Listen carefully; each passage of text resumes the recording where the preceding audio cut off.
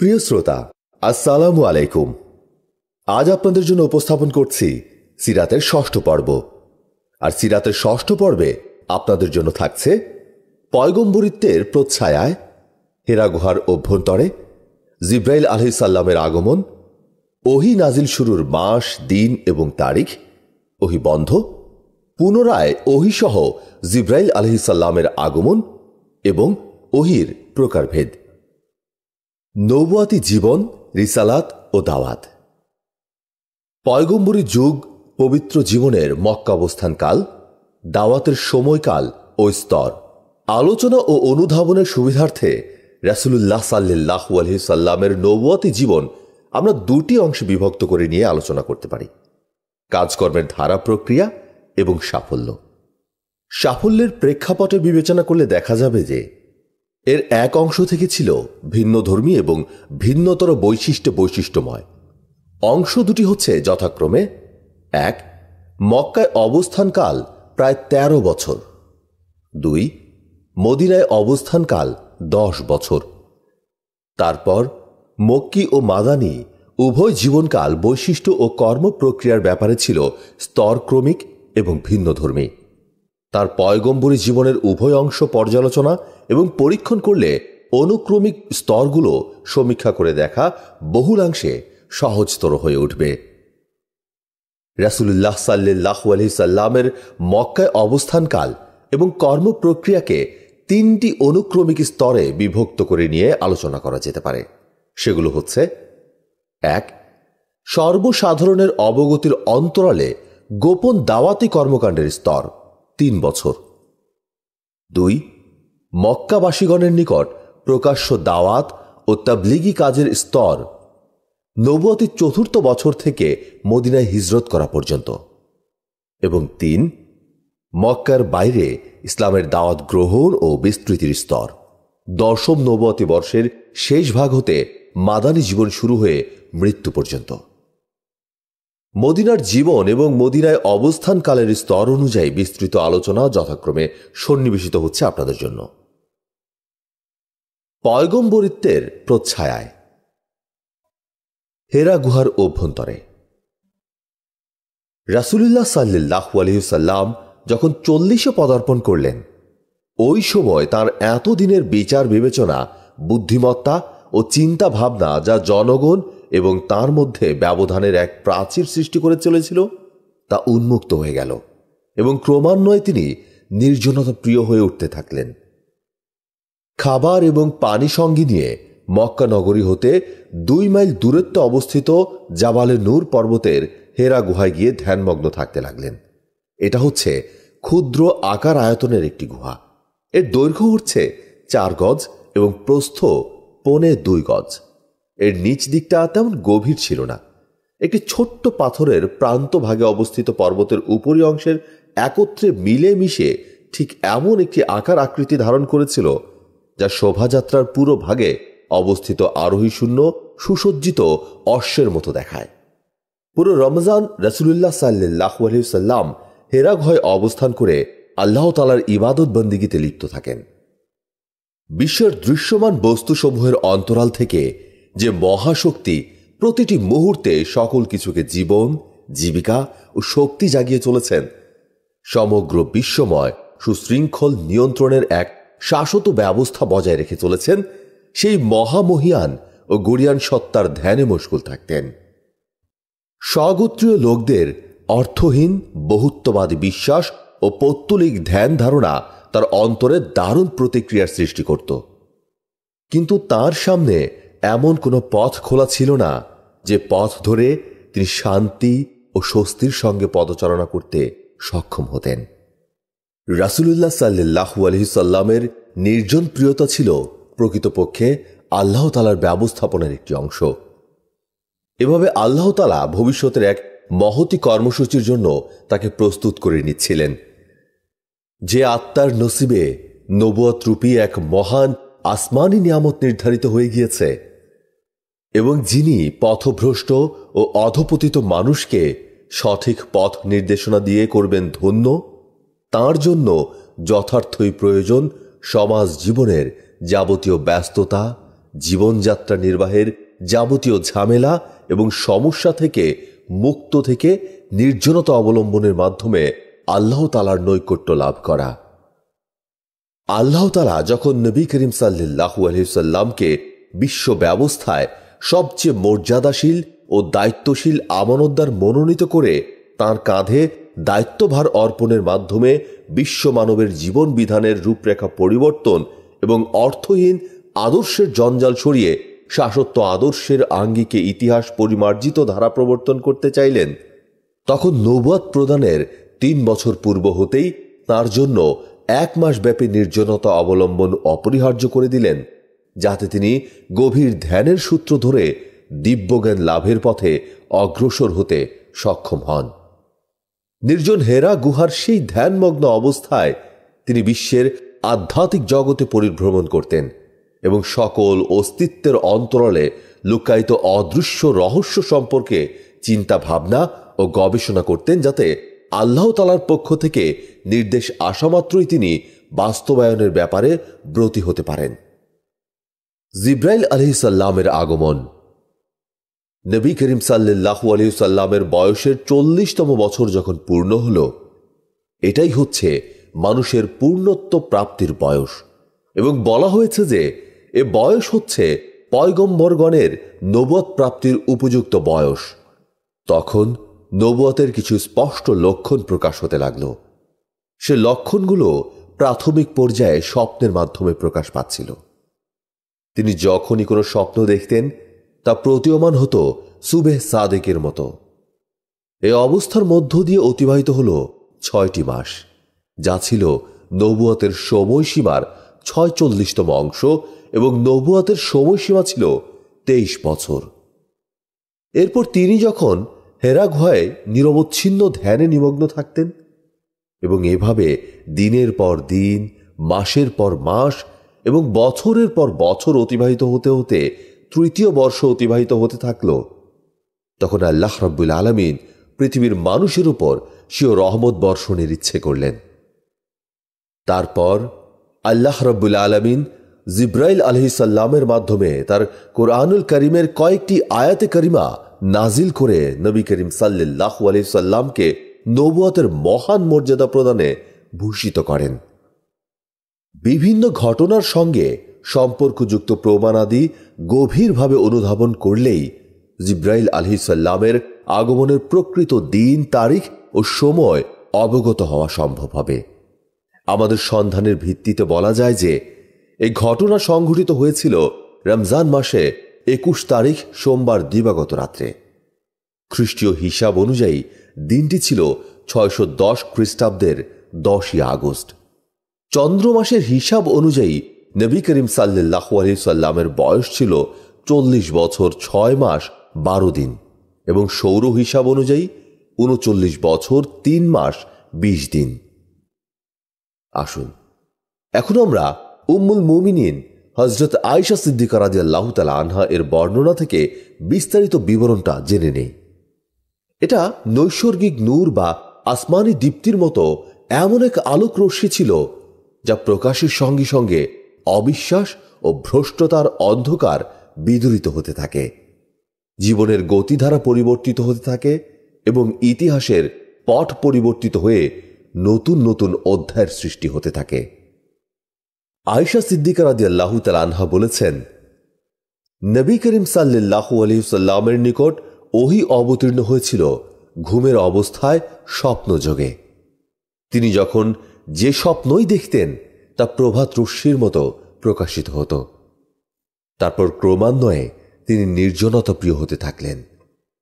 নিরবচ্ছিন্ন নির্জনতায় ধ্যানমগ্ন থাকার সুবিধার্থে তিনি হেরা গুহায় অবস্থান করতেন। কোনো কোনো সময় গৃহে প্রত্যাবর্তন না করে রাতের পর রাত তিনি ইবাদত বন্দিগি এবং গভীর ধ্যানে নিমগ্ন থাকতেন। এই জন্য খাদ্য এবং পানীয় সঙ্গে নিয়ে যেতেন। সেসব ফুরিয়ে গেলে পুনরায় তিনি গৃহে প্রত্যাবর্তন করতেন। পূর্বের মতো খাদ্য ও পানীয় সঙ্গে নিয়ে পুনরায় তিনি হেরা গুহায় গিয়ে ধ্যানমগ্ন হতেন।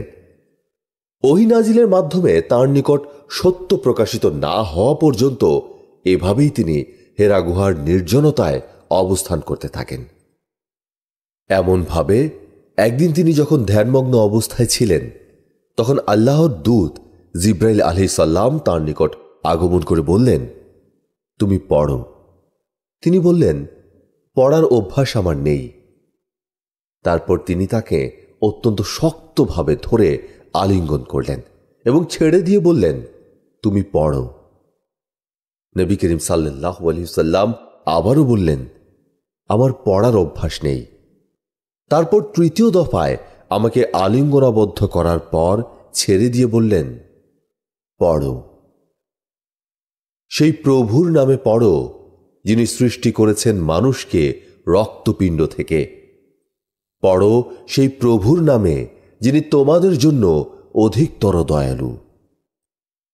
তারপর ওহির আয়াতগুলো অন্তরে ধারণ করে নবী করিম সাল্লাল্লাহু আলাইহি ওয়াসাল্লাম কিছুটা অস্থির ও স্পন্দিত চিত্তে খাদিজা বিনতে খুয়াইলিদের নিকট প্রত্যাবর্তন করলেন এবং বললেন, আমাকে বস্ত্রাবৃত করো, আমাকে বস্ত্রাবৃত করো।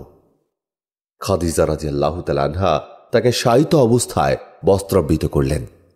এভাবে কিছুক্ষণ থাকার পর তার অস্থিরতা ও চিত্তস্পন্দন প্রশমিত হলে তিনি তার সহধর্মিণীকে বললেন, আমার কি হলো? অতঃপর হেরা গুহার ঘটনা সম্পর্কে অবহিত করে বললেন, আমি খুব ভয় পাচ্ছি। তার অস্থিরতা ও চিত্ত চাঞ্চল্যের ভাব লক্ষ্য করে খাদিজা রাদিয়াল্লাহু তাআলা আনহা তাকে আশ্বস্ত করে বললেন, আল্লাহ কখনো আপনাকে অপমান করবেন না, কেননা আত্মীয় স্বজনদের সঙ্গে আপনি সুসম্পর্ক রক্ষা করে চলেন, অভাবগ্রস্তদের অভাব মোচনের চেষ্টা করেন, অসহায়দের আশ্রয় প্রদান করেন, মেহমানদের আদর যত্ন করেন, অতিথিদের আতিথেয়তা প্রদান করেন এবং ঋণগ্রস্তদের ঋণের দায় মোচনে সাহায্য করেন। যারা সত্যের পথে থাকে তাদেরকে আপনি সাহায্য করেন। নিশ্চয়ই আল্লাহ আপনাকে অপদস্থ করবেন না। এরপর খাদিজা রাদিয়াল্লাহু তাআলা আনহা তাকে স্বীয় চাচাতো ভাই অরাকা বিন নাওফল বিন আসাদ বিন আব্দুল উজ্জার নিকট নিয়ে গেলেন। জাহিলিয়াত আমলে অরাকা খ্রিস্টান ধর্ম অবলম্বন করেছিলেন এবং ইব্রানি ভাষা পড়তে ও লিখতে শিখেছিলেন। একসময় তিনি ইব্রানি ভাষায় কিতাব লিখতেন, কিন্তু যে সময়ের কথা বলা হচ্ছে সে সময় তিনি অত্যন্ত বৃদ্ধ এবং অন্ধ হয়ে গিয়েছিলেন। খাদিজা রাদিয়াল্লাহু তাআলা আনহা তাকে বললেন, ভাইজান, আপনি আপনার ভাতিজার কথা শুনুন, তিনি কি যেন সব কথাবার্তা বলছেন এবং অস্থির হয়ে পড়েছেন। অরাকা বললেন, ভাতিজা, বলো তো তুমি কি দেখেছ, কি হয়েছে তোমার? নবী করিম সাল্লাল্লাহু আলাইহি ওয়াসাল্লাম যা কিছু প্রত্যক্ষ করেছিলেন এবং হেরা গুহায় যেভাবে যা ঘটেছিল সবকিছু সবিস্তারে বর্ণনা করলেন অরাকার নিকট। আনুপূর্বিক সবকিছু শ্রবণের পর বিস্ময় বিহ্বল কণ্ঠে অরাকা বলে উঠলেন, ইনিই তো সেই জিব্রাইল যিনি মূসা আলাইহিস সালামের নিকটও আগমন করেছিলেন। তারপর বলতে থাকলেন, হায় হায়, যেদিন আপনার স্বজাতি এবং স্বগোত্রীয় লোকেরা আপনার উপর নানাভাবে জুলুম অত্যাচার করবে এবং আপনাকে দেশ থেকে বহিষ্কার করবে, সেদিন যদি আমি শক্তিমান ও জীবিত থাকতাম। অরাকার মুখ থেকে একথা শ্রবণের পর রাসূলুল্লাহ সাল্লাল্লাহু আলাইহি ওয়াসাল্লাম অবাক হয়ে জিজ্ঞেস করলেন, এ কি, ওরা আমাকে দেশ থেকে বহিষ্কার করবে? অরাকা বললেন, হ্যাঁ, তারা অবশ্যই আপনাকে দেশ থেকে বহিষ্কার করবে। তিনি আরো বললেন, শুধু আপনার কথাই নয়, অতীতে এরকম বহু ঘটনা ঘটেছে। যখনই জনসমাজে সত্যের বার্তাবাহক কোনো সাধক পুরুষের আবির্ভাব ঘটেছে, তখনই তার স্বগোত্রীয় লোকেরা নানাভাবে তার উপর জুলুম নির্যাতন চালিয়েছে এবং তাকে দেশ থেকে বহিষ্কার করেছে। তিনি আরো বললেন, মনে রাখুন, আমি যদি সেই সময় পর্যন্ত জীবিত থাকি তাহলে সর্বপ্রকারে আপনাকে সাহায্য করব। এর অল্পকাল পরেই ওরাকা মৃত্যুমুখে পতিত হন। এদিকে ওহি আশাও সাময়িকভাবে বন্ধ হয়ে যায়। ওহি বন্ধ। কতদিন যাবৎ ওহী বন্ধ ছিল সেই ব্যাপারে ইতিহাসবেত্তাগণ কয়েকটি মতামত পেশ করেছেন। সেগুলোর মধ্যে সঠিক কথা হল ওহী বন্ধ ছিল মাত্র কয়েকদিন। কতদিন যাবৎ ওহী বন্ধ ছিল সে ব্যাপারে ইবনু সাদ ইবনু আব্বাস হতে একটি উদ্ধৃতি বর্ণনা করেছেন যা এ দাবির পৃষ্ঠপোষকতা করে। কোন কোন সূত্রে এ কথাটি প্রচারিত হয়ে এসেছে যে 2.5 কিংবা 3 বছর যাবৎ ওহী অবতীর্ণ বন্ধ ছিল, কিন্তু তা সঠিক নয়। এ বিষয়ে গভীর চিন্তা ভাবনা এবং এতদ সম্পর্কিত বর্ণনা ও বিজ্ঞজনের মতামত সমূহের উপর তীক্ষ্ণ দৃষ্টিপাতের ফলে আমাদের নিকট একটি অপ্রচলিত বিষয় প্রকাশিত হয়েছে এবং বিজ্ঞজনের মধ্যে এই বিষয়ে দ্বিমত প্রত্যক্ষ করা যায় না। তা হল নবুয়তের পূর্বে নবী করিম সাল্লাল্লাহু আলাইহি সাল্লাম হেরা গুহায় কেবলমাত্র 1 মাস ধরে নির্জনে কাটাতেন, আর সেটি হল প্রত্যেক বছরের রমজান মাস। নবুয়তের বছর ছিল এ 3 বছরের শেষ বছর। এই রমজানের পুরো মাস অবস্থানের শেষে আউয়াল মাসের প্রথম সকালে বিশ্বজাহানের নবী, শেষ নবী ওহী লাভে ধন্য হয়ে বাড়িতে ফিরে আসেন। তাছাড়া বুখারী, মুসলিমের বর্ণনা হতে জানা যায় ওহী বন্ধ হওয়ার পর দ্বিতীয়বার ওহী অবতীর্ণ হয় রাসূলুল্লাহ সাল্লাল্লাহু আলাইহি সাল্লাম যখন নির্জনে পুরো মাস অবস্থানের পর ফিরে আসছিলেন। সে সময় ওহী বন্ধ থাকার সময় রাসূলুল্লাহ সাল্লাল্লাহু আলাইহি সাল্লাম অত্যন্ত চিন্তিত এবং বিচলিত বোধ করতেন। সহিহুল বুখারী শরীফের তাবির অর্থাৎ স্বপ্নের ব্যাখ্যা পর্বে বর্ণিত হয়েছে যে ওহী বন্ধ হয়ে নবী করিম সাল্লাল্লাহু আলাইহি সাল্লাম এতই বিচলিত ও বিব্রত বোধ করতেন এবং তার দুশ্চিন্তা ও অস্বস্তি বোধ এতই অধিক বৃদ্ধি পেত যে পর্বত শিখর হতে ঝাঁপ দিয়ে মৃত্যুবরণ করার জন্য তিনি মনস্থির করে ফেলতেন। কিন্তু এ উদ্দেশ্যে যখনই তিনি পর্বত শীর্ষে আরোহণ করেছেন তখন জিবরাইল আলাইহিস সালাম তার দৃষ্টিগোচর হয়েছেন। জিবরাইল আলাইহিস সালাম তাকে লক্ষ্য করে বলেছেন, হে মুহাম্মদ সাল্লাল্লাহু আলাইহি সাল্লাম, আপনি আল্লাহর সত্য নবী। এতদ শ্রবণে তার প্রাণের অস্বস্তি ভাব স্থিমিত হয়ে আসত, মনে লাভ করতেন অনাবিল শান্তি। তারপর ফিরে আসতেন ঘরে।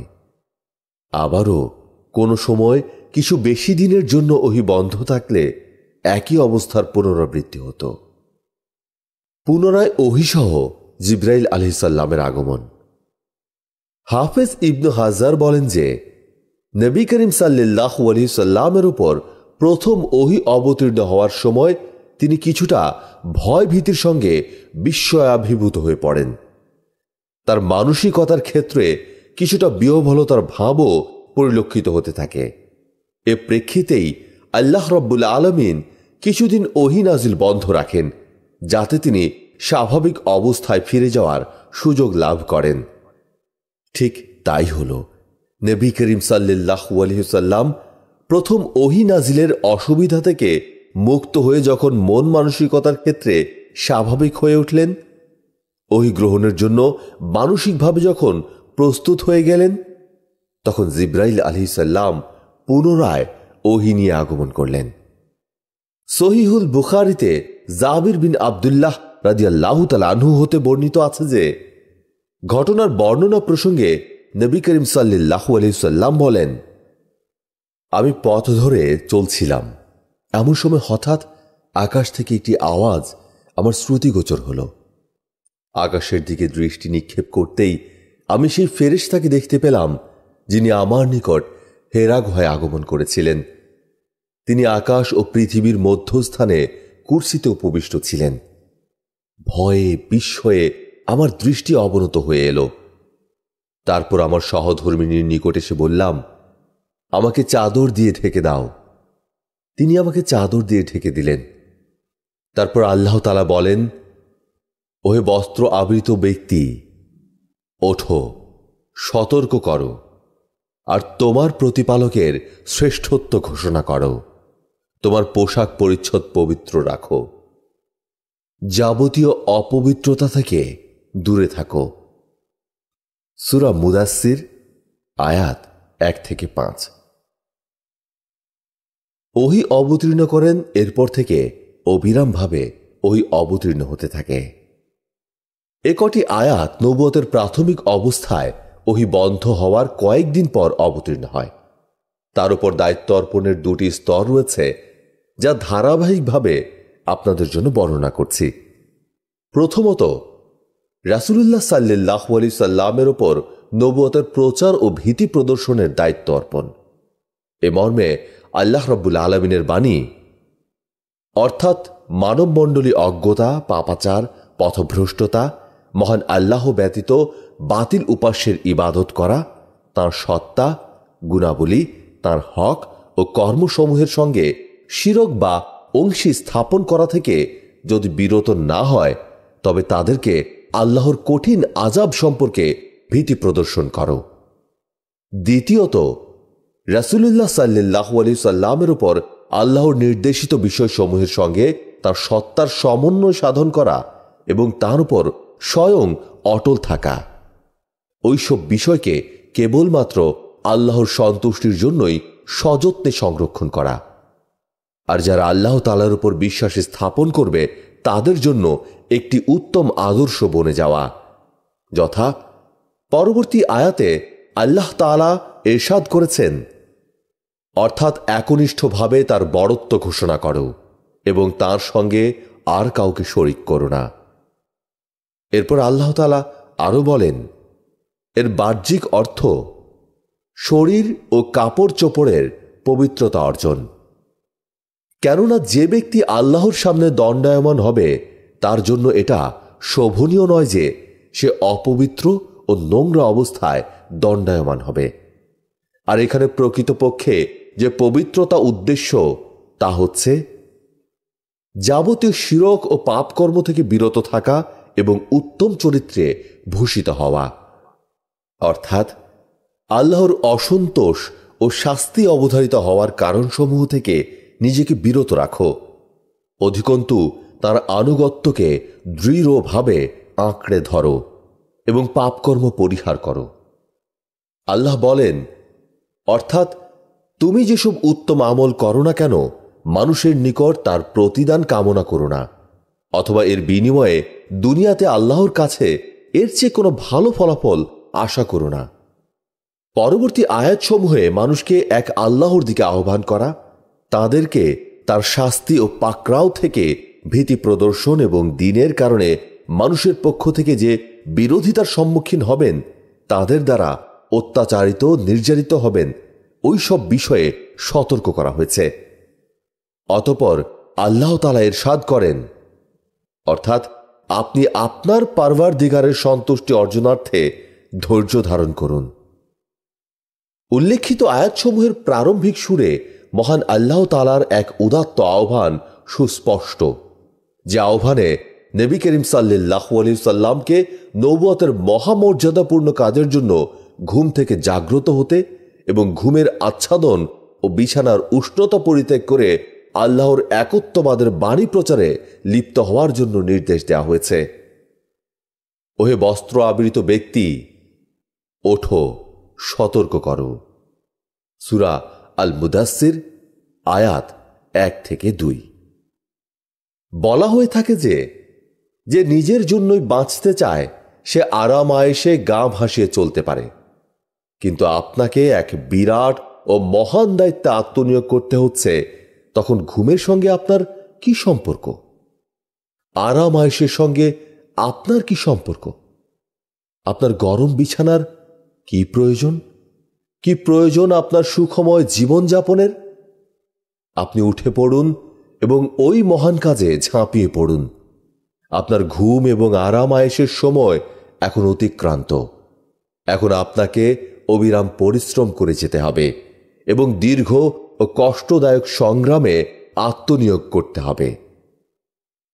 আল্লাহর পথে আহ্বান এবং কালেমার দাওয়াত ও তাবলিগি নেসাবের কাজ হচ্ছে অতীব উঁচু দরের কাজ, কিন্তু এ পথে চলার ব্যাপারটি হচ্ছে অত্যন্ত ভয়ভীতিজনক এবং বিপদসংকুল। এ কাজ রাসূল পাক সাল্লাল্লাহু আলাইহি সাল্লামকে শান্তির নীড় ঘরবাড়ি, সুখময় পারিবারিক পরিবেশ, আরামায়েশ, স্নিগ্ধ শয্যা থেকে টেনে বের করে এনে দুশ্চিন্তা, দুর্ভাবনা এবং দুঃখ কষ্টের অথৈ সাগরে নিক্ষেপ করে দিল। এনে দাঁড় করিয়ে দিল মানুষের বাহ্যিক পোশাকি আচরণ এবং শঠতাপূর্ণ আভ্যন্তরীণ প্রকৃতগত দ্বিধাদ্বন্দ্বের দারুণ টানাপোড়েনের মাধ্যমে। তারপর নবী করিম সাল্লাল্লাহু আলাইহি সাল্লাম তার অবস্থা এবং দায়িত্ব কর্তব্য সম্পর্কে সজাগ হয়ে গেলেন এবং ২০ বছরেরও অধিক কাল যাবৎ সেই জাগ্রত অবস্থার মধ্য দিয়েই অতিবাহিত করলেন। এ দীর্ঘকাল যাবৎ সুখ, শান্তি, আরামায়েশ বলতে তার আর কিছুই রইল না। সব কিছুকেই তিনি করলেন বিসর্জন। তার জীবন নিজের কিংবা পরিবার পরিজনের জন্য আর রইল না। তার জীবন রইল আল্লাহর কাজের জন্য দায়বদ্ধ। তার কাজ ছিল আল্লাহর প্রতি বিশ্ববাসীকে আহ্বান জানানো, বিশ্বের বুক থেকে সর্বপ্রকার অসত্য, অন্যায় ও মিথ্যার মূলোৎপাটন এবং ন্যায় ও সত্যের প্রতিষ্ঠার জন্য মানুষকে পথ প্রদর্শন। আল্লাহর পথে আহ্বান, সত্যের প্রতিষ্ঠা ইত্যাদি কথাগুলো আপাত দৃষ্টিতে ততটা কঠিন কিংবা দুঃসাধ্য মনে নাও হতে পারে, কিন্তু প্রকৃতপক্ষে এর চেয়ে কঠিন এবং কষ্টসাধ্য কাজ পৃথিবীতে আর কিছুই হতে পারে না। রেসালাতের আমানত হচ্ছে বিশ্বের বুকে সবচেয়ে দায়িত্বপূর্ণ এবং দুর্বহ আমানত। এ আমানত হচ্ছে এক পক্ষে বিশ্বময় মানবের চরম উৎকর্ষ ও বিকাশের আমানত এবং অন্য পক্ষে যাবতীয় বাতিল এবং গায়রুল্লাহর প্রভাব প্রতিহত করে তাকে ধ্বংস করার আমানত। কাজেই তার কাঁধে যে বোঝা চাপানো হয়েছিল তা ছিল সমগ্র মানবতার বোঝা, সমস্ত মতবাদের বোঝা এবং ময়দানে ময়দানে জিহাদ ও তা প্রতিহত করার বোঝা। ২০ বছরেরও অধিক কাল যাবৎ অবিরামভাবে তিনি ব্যাপক ও বহুমুখী সংগ্রামের মধ্য দিয়ে জীবন অতিবাহিত করেন। সেই দীর্ঘকাল যাবৎ, অর্থাৎ যখন তিনি আসমানি আহ্বান শ্রবণের মাধ্যমে অত্যন্ত কঠিন ও কণ্টকময় দায়িত্বপ্রাপ্ত হলেন, তখন থেকেই তাকে কোনো এক অবস্থা অন্য কোনো অবস্থা সম্পর্কে বিন্দুমাত্র গাফেল কিংবা উদাসীন রাখতে পারেনি। আল্লাহ তাআলা তাকে আমাদের এবং সমগ্র মানবতার পক্ষ হতে উত্তম বিনিময় প্রদান করুন। ওহীর প্রকারভেদ। এখানে আমরা আলোচনার মূল বিষয়টি থেকে একটু সরে গিয়ে, অর্থাৎ রেসালাত ও নবুয়তের বরকতময় বিষয়াদির বিস্তৃত বিবরণ লিপিবদ্ধ করার পূর্বে ওহীর প্রকৃতি ও প্রকারভেদ সম্পর্কে কিছুটা আলোচনা করার প্রয়োজন বোধ করছি, কারণ এটাই হচ্ছে রেসালাতের উৎস এবং প্রচারের উপায়। ওহীর প্রকৃতি এবং প্রকারভেদ সম্পর্কে আল্লামা ইবনুল কাইয়্যিম যে আলোচনা করেছেন তা আপনাদের জন্য তুলে ধরছি। ১. সত্য স্বপ্ন। নবুয়তের প্রাথমিক অবস্থায় স্বপ্নের মাধ্যমে নবী করিম সাল্লাল্লাহু আলাইহি সাল্লামের উপর ওহী অবতীর্ণ হয়। ২. ফেরেশতা দেখা না দিয়ে, অর্থাৎ অদৃশ্য অবস্থান থেকেই রাসূল করিম সাল্লাল্লাহু আলাইহি সাল্লামের অন্তরে ওহী প্রবেশ করিয়ে দেন। এ প্রসঙ্গে নবী করিম সাল্লাল্লাহু আলাইহি সাল্লাম যেমনটি ইরশাদ করেছেন, জিব্রাইল আলাইহিস সালাম ফেরেশতা আমার অন্তরে এ কথা নিক্ষেপ করলেন যে কোনো আত্মা সে পর্যন্ত মৃত্যুবরণ করবে না যে পর্যন্ত তার ভাগ্যে যতটুকু খাদ্যের বরাদ্দ রয়েছে পুরোপুরিভাবে তা পেয়ে না যাবে। অতএব তোমরা আল্লাহকে সমীহ করো এবং রুজি অন্বেষণের জন্য ভালো পথ অবলম্বন করো। রুজি প্রাপ্তিতে বিলম্ব হওয়ায় তোমরা আল্লাহর অসন্তোষের পথ অন্বেষণে যেন উদ্বুদ্ধ না হও, কারণ আল্লাহর নিকট যা কিছু রয়েছে তা তাঁর আনুগত্য ছাড়া পাওয়া দুষ্কর। ৩. ফেরেশতা মানুষের আকৃতি ধারণপূর্বক নবী করিম সাল্লাল্লাহু আলাইহি সাল্লামকে সম্বোধন করতেন। তারপর তিনি যা কিছু বলতেন নবী করিম সাল্লাল্লাহু আলাইহি সাল্লাম তা মুখস্থ করে নিতেন। এ অবস্থায় সাহাবীগণও ফেরেশতাকে দেখতে পেতেন। ৪. ওহী অবতীর্ণ হওয়ার সময় নবী করিম সাল্লাল্লাহু আলাইহি সাল্লামের নিকট ঘণ্টার টুনটুন ধ্বনির মতো ধ্বনি শোনা যেত। ওহী নাজিলের এটাই ছিল সবচেয়ে কঠিন অবস্থা। টুনটুন ধ্বনির সংকেত প্রকাশ করতে করতে ফেরেশতা ওহী নিয়ে আগমন করতেন এবং নবী করিম সাল্লাল্লাহু আলাইহি সাল্লামের সঙ্গে সাক্ষাৎ করতেন। ওহী নাজিলের সময় কঠিন শীতের দিনেও নবী করিম সাল্লাল্লাহু আলাইহি সাল্লামের কপাল থেকে ঘাম ঝরতে থাকত। তিনি ওটের উপর আরোহণরত অবস্থায় থাকলে উট বসে পড়ত। এক দফা এইভাবে ওহী নাজিল হওয়ার সময় রাসূল পাক সাল্লাল্লাহু আলাইহি সাল্লামের উরু যাদ বিন সাবিত রাদিয়াল্লাহু তাআলা আনহু এর উরুর উপর ছিল। তখন তার উরুতে এতই ভারবোধ হয়েছিল যে মনে হয়েছিল যেন উরু চূর্ণ হয়ে যাবে। 5 নবী করিম সাল্লাল্লাহু আলাইহি সাল্লাম ফেরেশতাকে কোনো কোনো সময় নিজস্ব জন্মগত আকৃতিতে প্রত্যক্ষ করতেন এবং আল্লাহর ইচ্ছায় সেই অবস্থাতেই তিনি তার নিকট ওহী নিয়ে আগমন করতেন। নবী করিম সাল্লাল্লাহু আলাইহি সাল্লামের এরকম অবস্থা দুবার সংঘটিত হয়েছিল, যা আল্লাহ রাব্বুল আলামিন সূরা নাজমে উল্লেখ করেছেন। 6 পবিত্র মেরাজ রজনীতে রাসূলুল্লাহ সাল্লাল্লাহু আলাইহি সাল্লাম যখন আকাশের ওপর অবস্থান করেছিলেন, সেই সময় আল্লাহ রাব্বুল আলামিন সালাত এবং অন্যান্য বিষয় সম্পর্কে সরাসরি হুকুমের মাধ্যমে ওহীর ব্যবস্থা করেছিলেন। 7 আল্লাহ তাআলার সঙ্গে নবী করিম সাল্লাল্লাহু আলাইহি সাল্লামের সরাসরি কথোপকথন যেমনটি হয়েছিল, তেমনি মূসা আলাইহিস সালামের সঙ্গে হয়েছিল। মূসা আলাইহিস সালামের সঙ্গে যে আল্লাহ তাআলার কথোপকথন হয়েছিল, কোরআনুল কারীমে তা অকাট্যভাবে প্রমাণিত হয়েছে। কিন্তু আল্লাহ তাআলার সঙ্গে নবী করিম সাল্লাল্লাহু আলাইহি সাল্লামের কথোপকথনের ব্যাপারটি হাদিস দ্বারা প্রমাণিত হয়েছে, কোরআন দ্বারা নয়। কোন কোন লোক পর্দা বা আবরণ ব্যতিরেকে আল্লাহ এবং তার রাসূল সাল্লাল্লাহু আলাইহি সাল্লামের সামনাসামনি কথোপকথনের মাধ্যমে ওহী নাজিলের অষ্টম রীতির কথা বলেছেন। কিন্তু ইসলামের পূর্বসূরীদের হতে শুরু করে পরবর্তীদের সময়কাল পর্যন্ত এ পদ্ধতিতে ওহী নাজিলের ব্যাপারে মতভেদ চলে আসছে। প্রিয় শ্রোতা, আজ আপনাদের জন্য উপস্থাপন করেছি সিরাতের 6ষ্ঠ পর্ব। আশা করছি আমাদের এই উপস্থাপন আপনাদের ভালো লেগেছে। সিরাতের ধারাবাহিক উপস্থাপনের পরবর্তী পর্ব শুনবার জন্য আপনাদের আমন্ত্রণ রইল। আজ এ পর্যন্তই। আল্লাহ হাফেজ।